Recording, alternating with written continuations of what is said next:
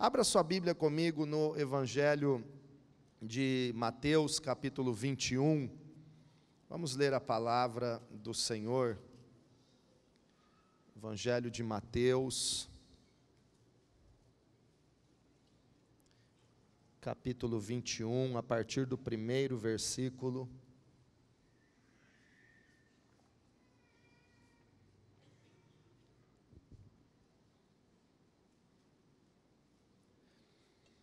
Quando se aproximaram de Jerusalém e chegaram a Betfagé, ao Monte das Oliveiras, Jesus enviou 2 discípulos, dizendo-lhes: vão ao povoado que está diante de vocês, e logo encontrarão uma jumenta amarrada, com um jumentinho ao lado.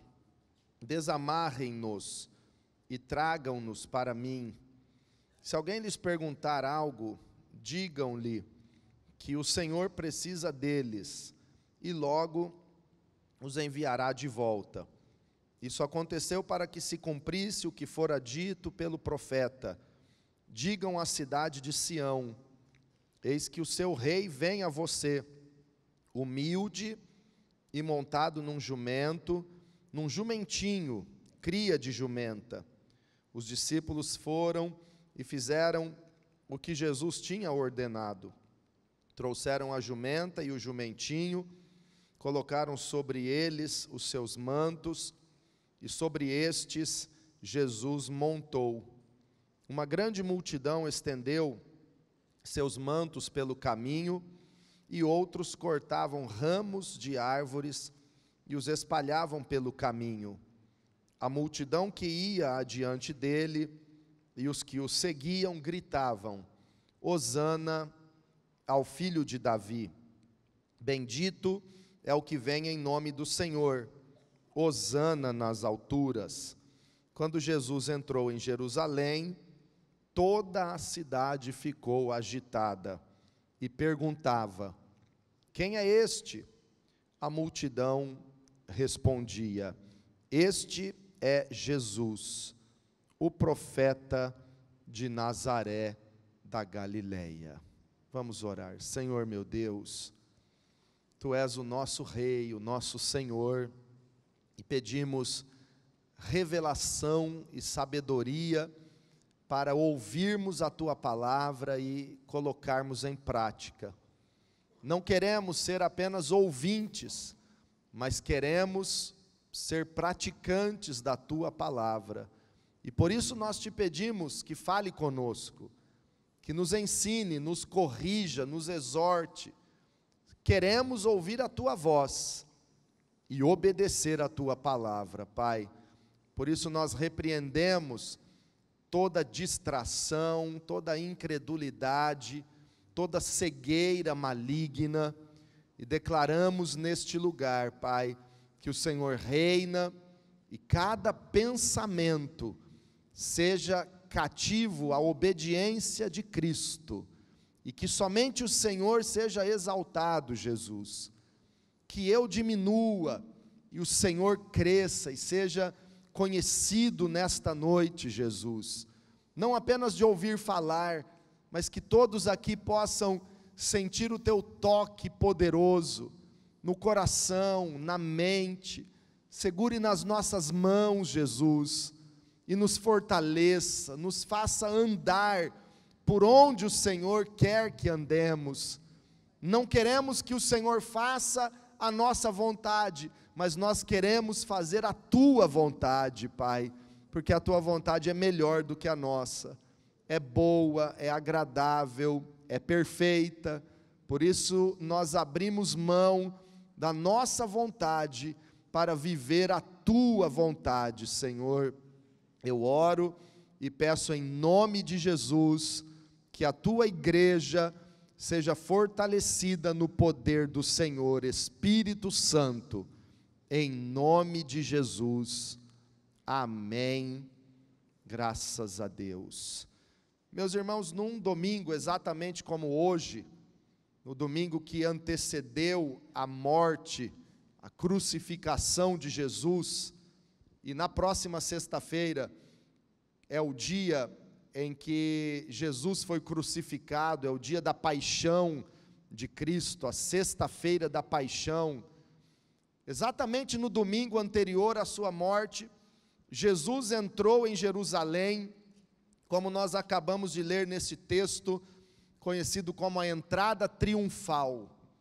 Jesus entrou, chegando no Monte das Oliveiras, ele mandou 2 discípulos buscar um jumentinho e a jumenta, sua mãe, para que ele, assentado neste jumentinho, cumprindo a profecia de Zacarias 9:9, que dizia que o rei de Jerusalém, o rei de Israel, viria assentado num jumento, humilde, entrando na cidade. Jesus cumpriu esta profecia, assentado num jumentinho, entrou na cidade de Jerusalém, a multidão aclamava o Senhor, tiravam suas capas e colocavam no caminho para que Jesus ali passasse, sendo aclamado como rei, cortavam ramos de árvores, especialmente de palmeiras, de tamareiras, e colocavam no caminho, e ali Jesus teve uma entrada triunfal em Jerusalém. E eu aprendo, ao ler esse texto glorioso da palavra de Deus, e é um dos fatos, um dos poucos relatos que os 4 evangelistas escrevem nos evangelhos. Existem poucas passagens que constam nos 4 evangelhos. A entrada triunfal é tão significativa que ela consta nos 4 evangelhos do Novo Testamento, na palavra de Deus. E primeiramente eu aprendo com a entrada triunfal que Jesus entrou em Jerusalém como rei, porque aquela manifestação do povo, tirando seus mantos, colocando sobre o jumentinho para Jesus assentar, cortando ramos de palmeiras e de folhagens e colocando no chão, estendendo no chão, no caminho onde Jesus passava. Esse era um costume em Israel, feito para aclamar os reis de Israel. Aquilo que fizeram com Jesus, e era o cumprimento de uma profecia de Zacarias, 500 anos antes de Cristo, é porque Jesus é o Rei dos Reis. Jesus entrou em Jerusalém igual aos reis de Israel eram aclamados. Eu quero ler com você, no 2º livro de Reis, no capítulo 9, como o rei Jeú foi declarado rei. Olhe a semelhança. 2º livro de Reis, capítulo 9, versículo 13. 2º de Reis 9, 13. Imediatamente eles pegaram os seus mantos e os estenderam sobre os degraus diante dele. Em seguida, tocavam a trombeta e gritavam: Jeú é rei. Agora lembre-se do que aconteceu com Jesus. A multidão tirava seus mantos, estendiam no chão, cortavam ramos e folhagens de palmeiras e estendiam no chão, e clamavam: Hosana ao filho de Davi. Era uma menção a Jesus como rei. Eles estavam praticamente declarando: Jesus é o rei. Jesus é o rei. Se você ler no 1º livro de Reis, no capítulo 1, quando Salomão foi declarado rei de Israel, Davi, o seu pai ainda vivo, mandou que Salomão se assentasse na mula do rei Davi, uma imponente mula, um imponente animal que pertencia ao rei Davi. Aí então, naquele momento, Salomão assentou-se naquele animal que pertencia ao rei, e foi entrando e foi puxado em Jerusalém, e todo o povo declarava: Salomão é o rei, Salomão reina em lugar de seu pai Davi. Agora, Quando Jesus entrou em Jerusalém, e a multidão aclamava, e o povo tirava seus mantos, era uma declaração pública, era uma manifestação pública de todos aqueles que reconheciam que Jesus é o Rei. E deixa eu perguntar se nesta noite tem alguém que reconhece que Jesus Cristo é o Rei. Você pode levantar a sua mão e dizer: Jesus é o Rei, Jesus reina, aleluia, Ele é o Rei, Jesus reina, Jesus é o Rei. Agora, irmãos, Jesus não estava entrando em Jerusalém para assentar-se no palácio ou no trono de Herodes, ou para destituir Pilatos, o governador. Jesus não estava entrando em Jerusalém para reinar apenas diante dos homens e libertar Israel do domínio do Império Romano. Jesus estava entrando como rei, porém, o reinado dele naquele momento não era deste mundo, era o reino dos céus invadindo a terra e o coração daqueles que se rendem voluntariamente ao Senhor Jesus. Nós sabemos que agora o reino de Cristo não é deste mundo. Em Lucas capítulo 17, versículo 11, ele disse: e muitos dirão, ei-lo ali, ou ei-lo aqui, mas Jesus disse: não vão atrás, não vades, nem os sigais, porque o reino de Deus está dentro de vocês. Diga para quem está do teu lado: hoje o reino de Deus está dentro de nós. Jesus não está reinando num palácio ou num trono glorioso em Jerusalém. Jesus não está reinando em alguma cidade deste planeta, mas Jesus e o seu reino estão dentro de nós. O reino dele está dentro de todo aquele que reconhece que ele é o Senhor. Quem aqui já reconheceu que Jesus é o Senhor da sua vida? Diga: Jesus reina em minha vida, aleluia. Ele é o Rei, Ele é o Senhor da tua vida. Esse texto nos mostra claramente que Jesus é o Rei, porque quando Ele chegou próximo a Jerusalém, na descida do Monte das Oliveiras, junto a Betfagé, um pequeno vilarejo ali, chegando em Jerusalém, Ele mandou seus discípulos soltarem uma jumenta e um jumentinho que estavam amarrados. E ele disse: desamarrem e tragam-os para mim, porque eu preciso deles. E se alguém perguntar, diga: o Senhor precisa destes animais, e logo ele manda trazer de volta. Todas as pessoas naquela época sabiam que quando um rei quisesse usar qualquer coisa que lhe pertencia, eles tinham que ceder. Então Jesus mandou dizer: se alguém perguntar, digam que o Senhor, o soberano, o Rei, precisa deles e vai usá-los, depois mandará trazer. E quando os discípulos de Jesus foram e perguntaram a eles: o que vocês estão fazendo? E eles disseram isso, imediatamente liberaram o jumentinho e a jumenta. Mas eu quero trazer isso para a sua vida hoje. Jesus é o Rei no seu coração e na sua vida. E Ele teve poder naquele dia para mandar soltar um jumentinho e uma jumenta, dizendo: eu preciso deles. Porém, Deus precisa muito mais de você e ama muito mais você do que qualquer jumentinho lá da Judéia.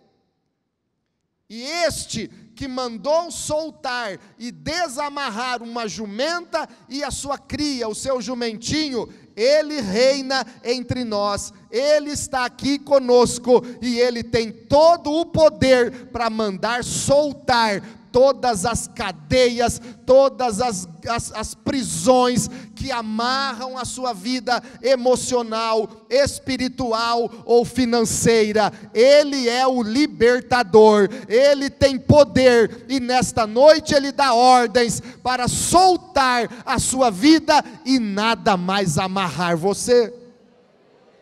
Jesus nos liberta. Será que em alguma área da sua vida tem alguma coisa te amarrando, te prendendo?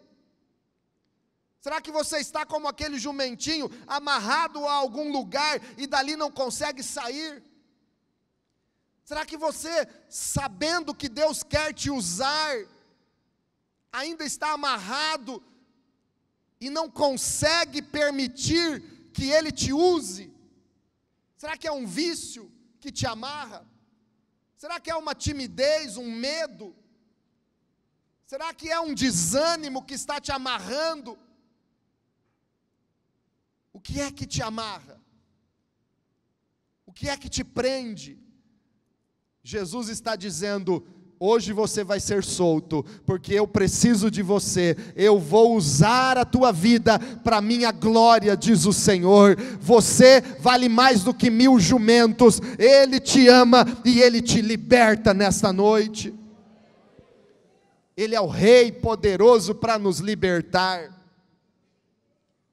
Ele não veio para libertar Israel naquela ocasião do poder romano, mas Ele veio para libertar o homem, a mulher do domínio de Satanás. Jesus veio para libertar você de toda a obra do diabo.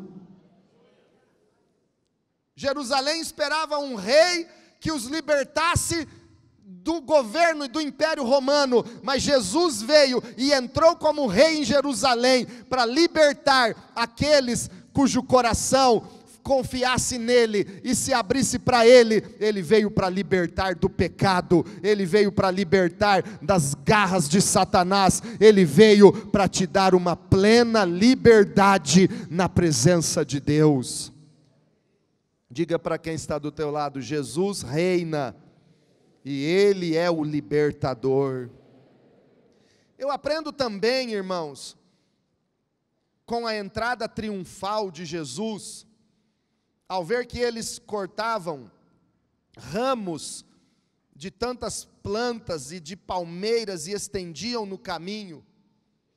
E esta palavra ramos, no hebraico, significa renovos, rebentos. E muitas vezes na Bíblia, Jesus é chamado de renovo. Eu quero ler Isaías capítulo 11, versículo 1. Quando Jesus é chamado de renovo. Isaías 11, 1. Um ramo surgirá do tronco de Jessé, e das suas raízes brotará um renovo. Aqueles ramos no caminho para Jesus passar, nos mostram que Ele é o renovo de Deus, para mudar tudo na nossa vida. Zacarias, no capítulo 6, versículo 12.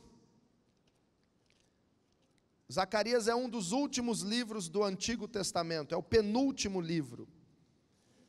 Zacarias 6, 12.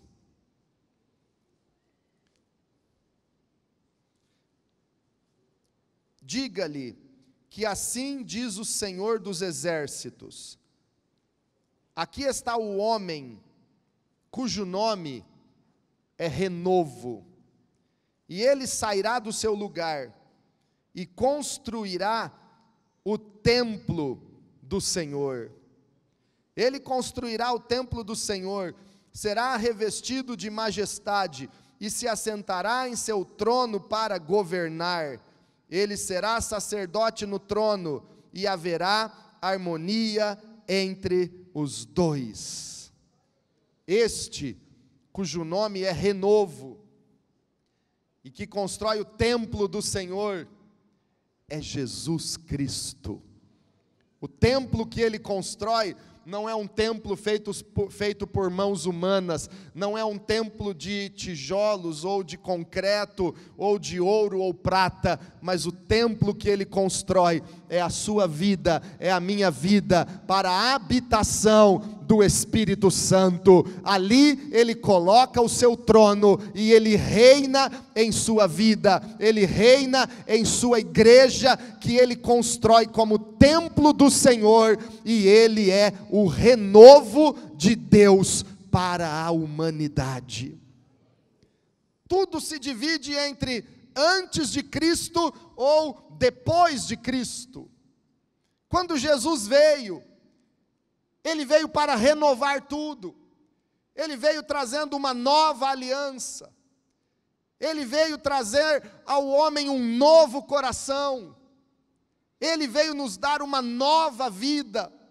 E agora, irmãos, olha aqui, preste atenção. O velho homem, a sua velha natureza, inclinada ao pecado, a nossa velha natureza caída, degenerada, em Cristo, este velho homem é crucificado, é sepultado. O velho homem já morreu, e agora estamos em Cristo. Ele nos fez de novo, Ele nos renovou, Ele é o renovo de Deus para a humanidade, e aquele que está em Cristo, nova criatura é. As coisas velhas já passaram, já ficaram para trás, e agora tudo se fez novo na sua vida. Jesus é o renovo de Deus para a humanidade. Faça assim comigo, levante a sua mão e diga: as coisas velhas, manda lá para trás, já passaram, já ficaram para trás, e agora, tudo se fez novo em minha vida, em Cristo Jesus, o renovo de Deus. Ele é o renovo de Deus. Ele é o novo de Deus para a humanidade. Ele é o renovo. Eu aprendo também com a entrada triunfal, e eu quero ler novamente Mateus 21, no versículo 5, que Jesus é o rei humilde. Olha o que a Bíblia diz no verso 5, Mateus 21, 5. Digam à cidade de Sião: eis que o seu rei vem a você, humilde, e montado num jumento, num jumentinho, cria de jumenta. O seu rei vem a você, humilde. Jesus é o rei humilde. Filipenses capítulo 2 diz que ele deixou a sua glória. Mesmo sendo Deus, ele esvaziou-se. Ele não teve por usurpação querer ser igual a Deus, mas esvaziou-se, humilhou-se até a morte, e morte de cruz. Ele se humilhou, ele se esvaziou totalmente. Ele é o rei. Ele podia ter nascido num palácio. A Bíblia diz que todo ouro e toda prata pertencem a Deus. Quando Jesus foi nascer, Deus Pai podia ter feito um palácio todo de ouro e um berço de ouro transparente para Jesus nascer, ou não podia? Podia, todo ouro e toda prata pertence a Ele. Mas em Belém da Judéia, não havia lugar para Jesus nascer em nenhuma hospedaria da cidade, nenhum hotel, nenhuma pensão, nenhuma família abriu as suas portas para que Maria e José, Maria nos dias de dar à luz, pudesse ser acolhida e ali nascer o Salvador. Ele nasceu numa manjedoura. Ali foi o seu primeiro, foi o seu berço, foi uma manjedoura, junto com os animais, junto com os carneiros, com as ovelhas. Ele podia ter nascido num palácio, mas ele nasceu na manjedoura. Como rei, ele podia ter morado num palácio, mas ele disse para uma pessoa que bradou: mestre, eu te seguirei por onde fores. Jesus respondeu: as raposas têm covis, as aves dos céus têm os seus ninhos, mas o Filho do Homem não tem onde reclinar a sua cabeça. Ele se esvaziou. Ele foi o mais humilhado, o mais rejeitado, o mais indigno entre os homens, homem de dores, sem parecer nem formosura. Olhávamos para ele, nenhuma beleza víamos para que o desejássemos. Esse foi Jesus. Ele podia ter entrado em Jerusalém numa mula, como a que Davi montava e Salomão foi declarado rei. Ele podia ter entrado em Jerusalém em carros de fogo e carruagens de fogo, como Elias foi arrebatado. Podia ou não podia, irmãos? Mas ele entrou em Jerusalém num jumentinho, sentado num jumentinho. O seu rei vem a você humilde, montado num jumento.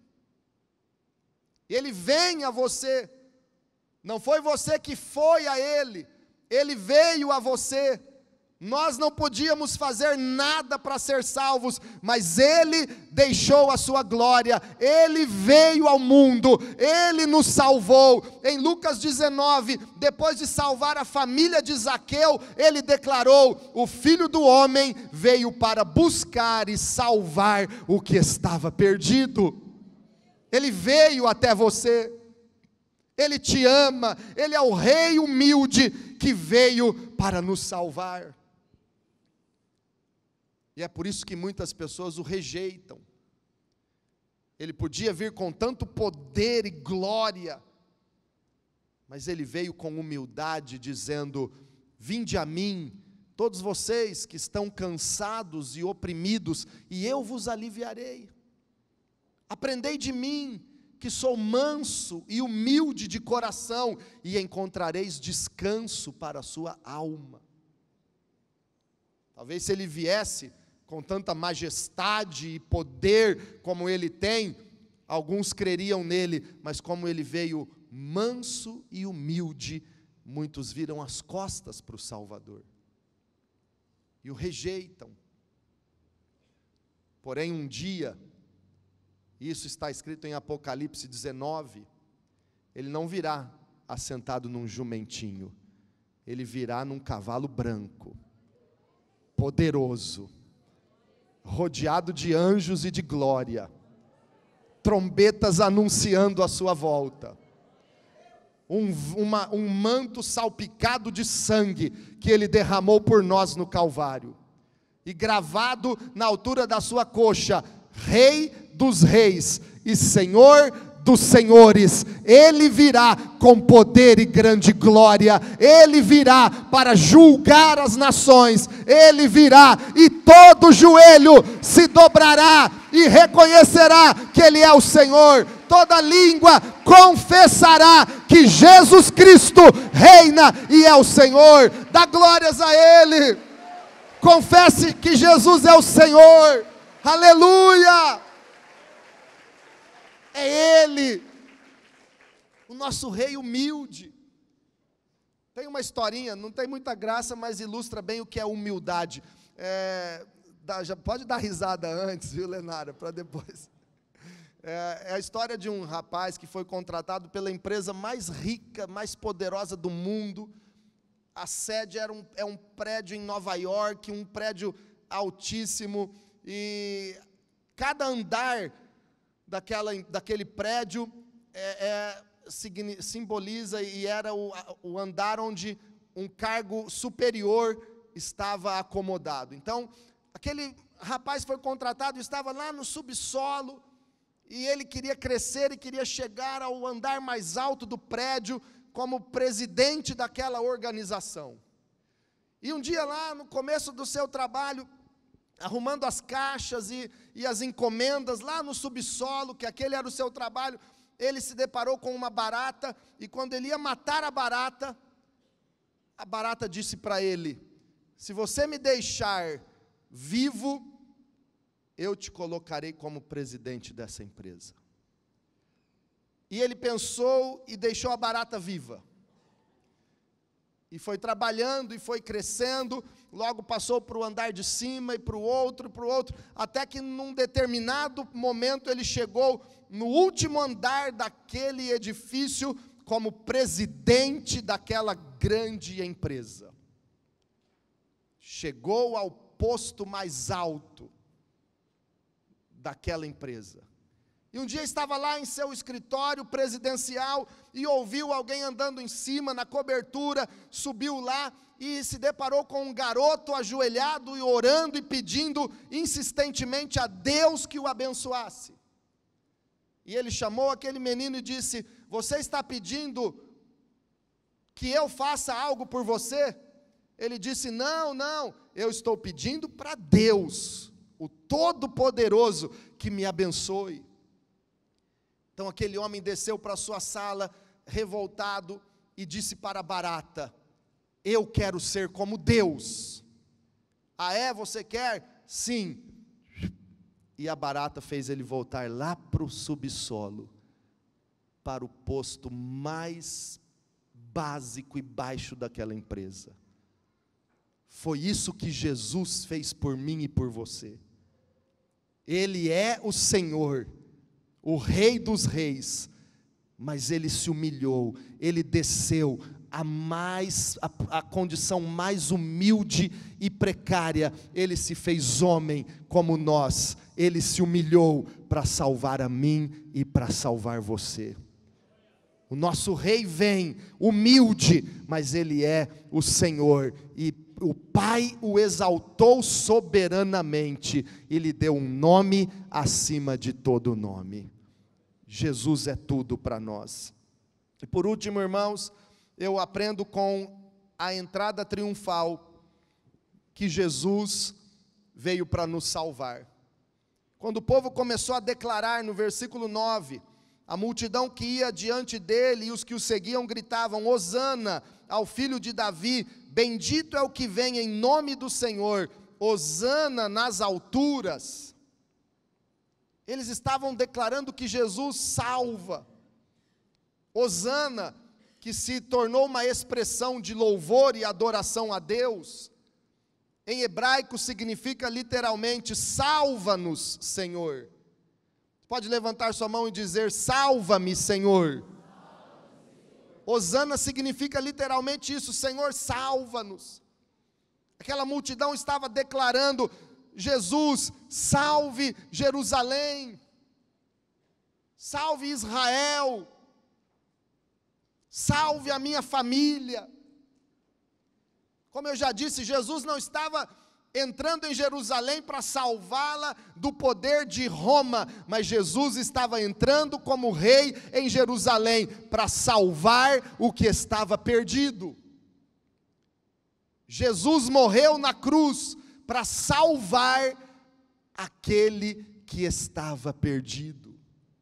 E quando nós reconhecemos, igreja, que somos pecadores e precisamos desta graça e dessa misericórdia do Senhor, e clamamos a Ele: Senhor, salva-me, reconhecemos que Ele é o Salvador, clamamos a sua salvação, Ele vem nos salvar. Talvez você hoje esteja precisando clamar a Deus com todas as suas forças, para que Ele salve a sua família, porque alguém na sua família está perdido, ou está caminhando num caminho de trevas e de morte. Se você clamar ao Senhor, Ele é o Rei Salvador, Ele vai olhar para a tua família, e Ele é poderoso para salvar. E está escrito em Atos 16, creia no Senhor Jesus Cristo e será salvo, você e a sua família.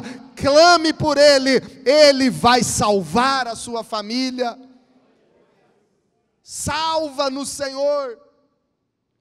Eu não sei o que é que você precisa que Deus salve. Talvez é o seu casamento que está na corda bamba. Você pode clamar: Senhor, salve o meu casamento. Talvez é a sua esperança que está morrendo, a sua fé que está esmorecendo. Você pode orar e clamar: Senhor, salve a minha fé, a minha família, salva a minha vida, Jesus. Ele veio para salvar o homem da morte eterna. Salvação é vida eterna. Sem salvação nós estamos condenados. E quem nos condena não é Deus. Quem nos condena são os nossos próprios pecados. Não é Deus que nos condena, Deus quer nos salvar. O que Deus faz é apenas cumprir rigorosamente a justiça na nossa vida. E por isso Hebreus capítulo 6 diz que o julgamento de Deus é eterno. Juízo eterno. Porque depois não tem como arrumar, não tem como depois mudar alguma coisa, não tem como voltar atrás. É por isso que Deus insistentemente nos manda pregar e anunciar em todos os lugares, em todas as gerações. Deus sempre levantou o seu povo, Deus sempre levantou pastores, profetas, evangelistas. Deus sempre levantou um povo fiel para proclamar em todas as nações e em todas as gerações que Jesus Cristo é o Salvador, e todo aquele que nele crê não perece, mas tem a vida eterna. Porque Deus quer salvar. Porque se Ele não nos salvar, os nossos pecados vão nos condenar. Deus apenas vai ter que cumprir a justiça na vida daqueles que rejeitam a salvação, que só é possível em Jesus Cristo. Só é possível ser salvo nele. Não há outro nome, nem no céu, nem na terra, nem debaixo da terra, pelo qual nós podemos ser salvos. O único nome, no céu, na terra e debaixo da terra, que nos dá salvação, é Jesus Cristo. Nem no céu, então Maria não salva, José não salva, Pedro não salva, Paulo não salva, Benedito não salva, não tem outro. Anjo Gabriel não salva. Nem na terra. Igreja não salva, denominação não salva, filosofia não salva, caridade não salva. Nem debaixo da terra. Reencarnação não existe conforme a Bíblia diz. Demônio não salva, o inferno não salva. Só tem um Salvador, Jesus Cristo. E hoje você pode clamar: Senhor, salva-me. E Ele vai salvar a tua família. Hosana, salva-me, Senhor. E para encerrar, irmãos, eu quero ir com você para Lucas 19. E ler neste capítulo 19 de Lucas, que fala sobre a mesma entrada triunfal de Jesus, mas eu quero ler o versículo 39 e o 40.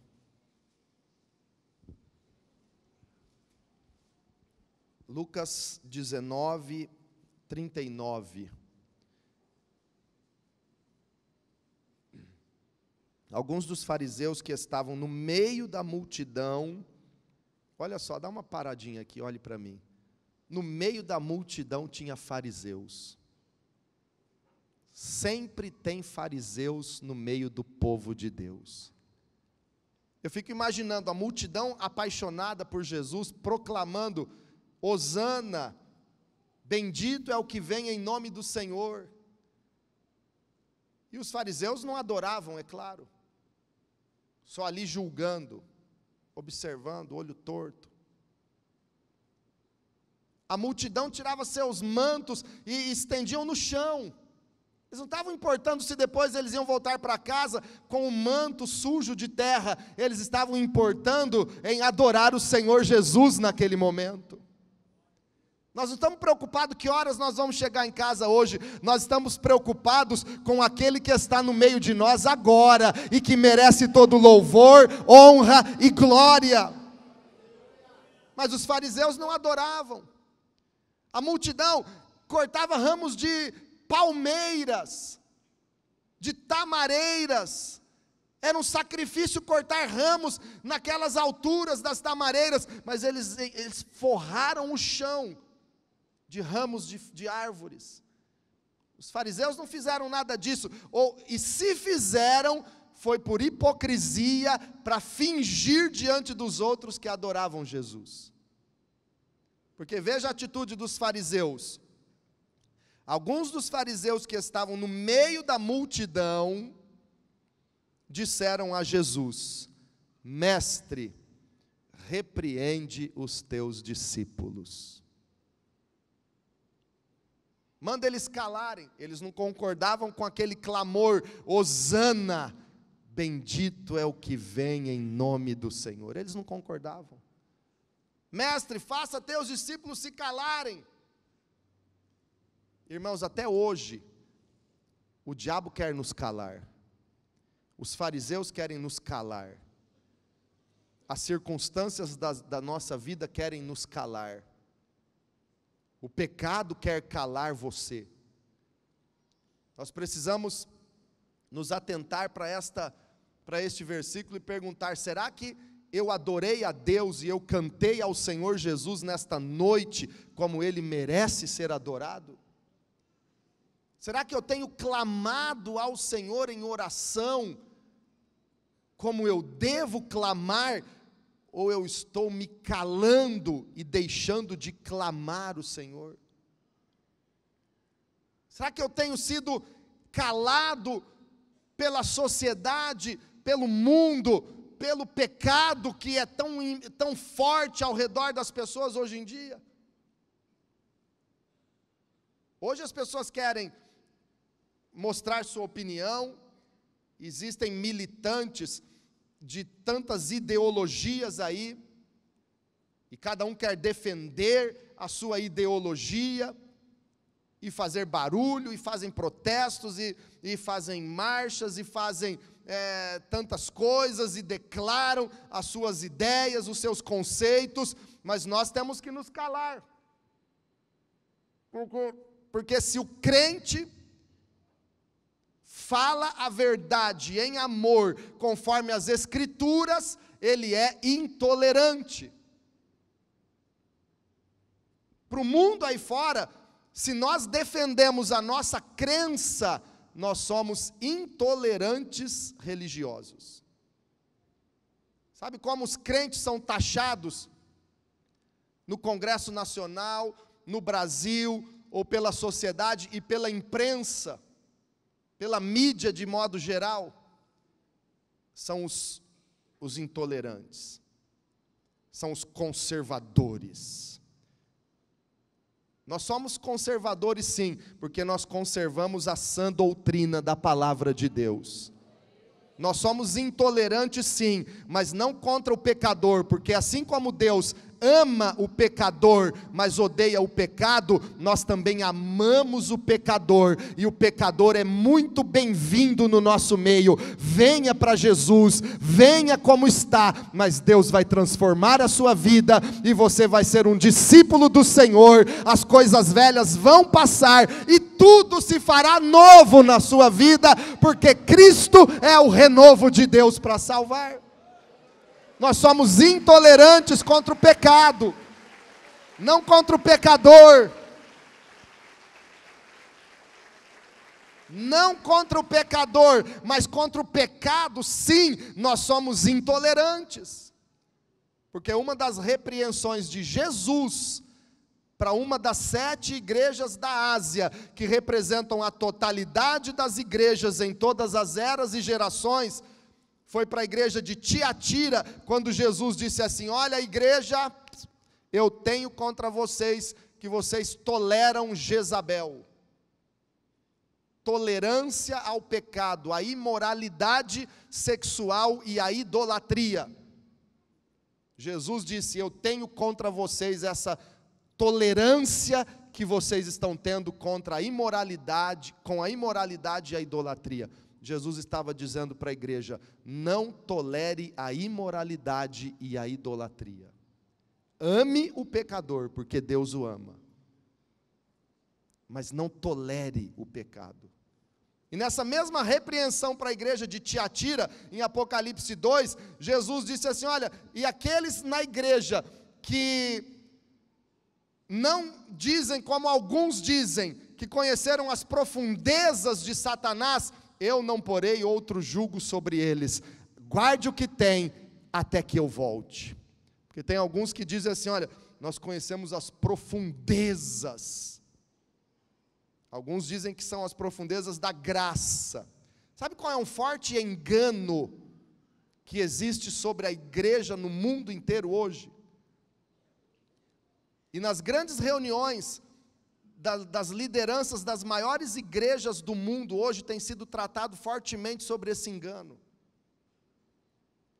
É o engano do que alguns dizem que é a profunda graça de Deus. Eles confundem e dizem que conhecem as profundezas da graça de Deus, porque a graça de Deus perdoa toda punição que o homem poderia ter, porque a graça te perdoa.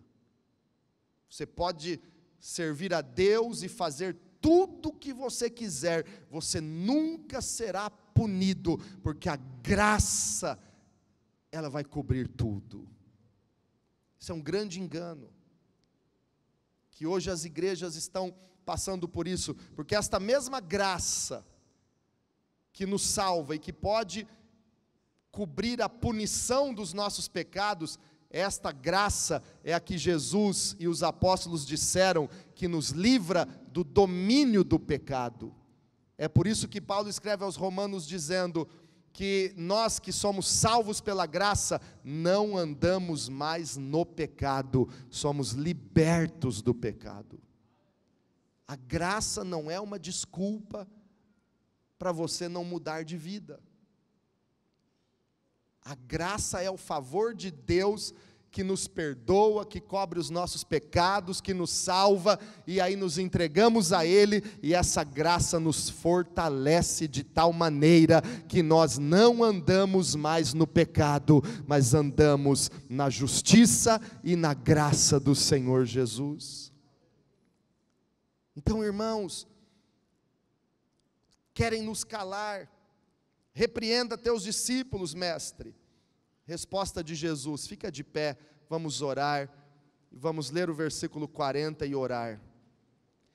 Eu lhes digo, respondeu ele, se eles se calarem, as pedras clamarão. Diga comigo: se eles se calarem, as pedras clamarão. Fale para quem está do seu lado: se você se calar, as pedras clamarão no seu lugar. Se você não clama, se você não ora, se você não proclama Jesus, uma pedra vai proclamar no teu lugar. Uma pedra. Será que Deus vai ter que levantar uma pedra no seu lugar? Ou você vai abrir a sua boca e clamar: Jesus, salve a minha família? Ou você vai abrir a sua voz, soltar a voz e proclamar: Jesus é o Rei, veio humilde até nós e voltará poderoso para reinar sobre todos. Proclame: Jesus salva, Jesus é o renovo. Você precisa de um milagre de Deus na sua família, clame a Ele. Se vocês não clamarem, as pedras clamarão. As pedras.